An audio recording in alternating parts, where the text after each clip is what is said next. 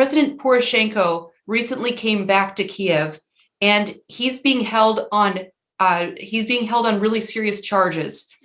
He faces high treason charges. If he's convicted, what does that say about Ukraine's Western drive? Do you worry about international support for Ukraine, as it looks like the judicial system is being used against political opponents now? The floor is yours, sir. Well, first, thanks for having me. And I want to use this as a chance to say really thank you to the American people, to the US administration, and to the Atlantic Council.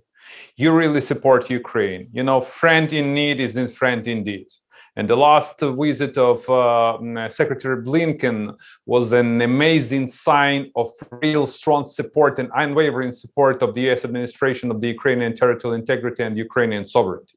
In terms of President Poroshenko, look, here is the thing.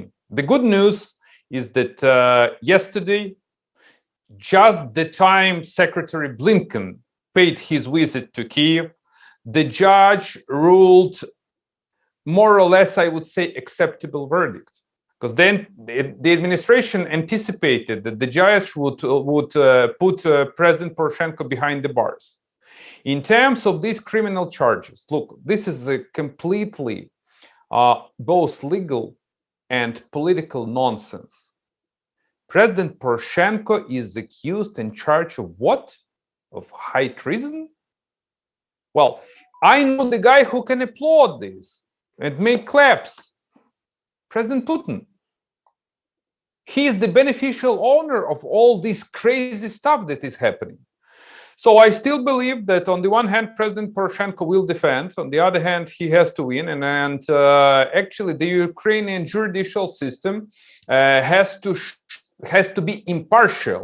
And we expect that the legal reform will be already, or at least accomplished, both the legal reform and anti-corruption reform, which are needed for Ukraine.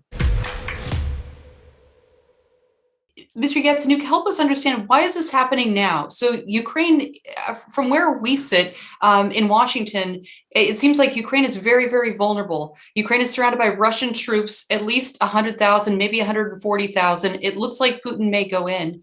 Why is Zelensky going after his opponents through the courts? You know, the problem of this incumbent president is that the only calculation he has in mind is his approval rating.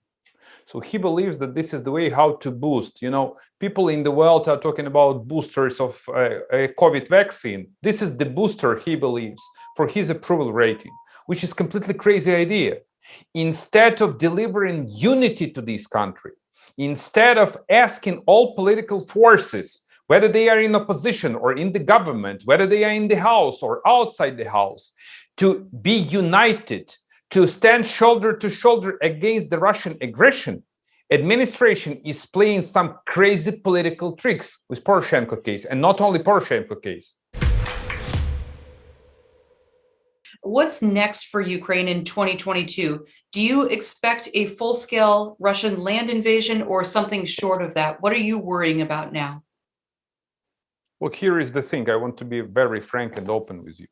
No one knows what's going to happen. But what I know for sure is that we will defend our country. We will fight for our independence.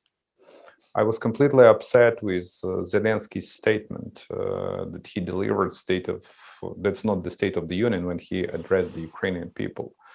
You know, it completely contradicts to an entire Western world. The President of the United States, the Secretary of State, the General Secretary of NATO, all EU allies, everyone not just concerned, everyone strongly believes that this could be one of the most severe global European conflicts, and that Russia is ready to move into Ukraine. There are only two persons who believe that there is no reason to panic. The president of my country and Mr. Lavrov, who said we are not going to invade Ukraine. Okay? Look, even Putin is silent, which is very dangerous. I do remember when the beast was completely silent in 2014. And this is a copy-case scenario. So what I believe in the future of Ukraine. I believe that we will win together with you and your support.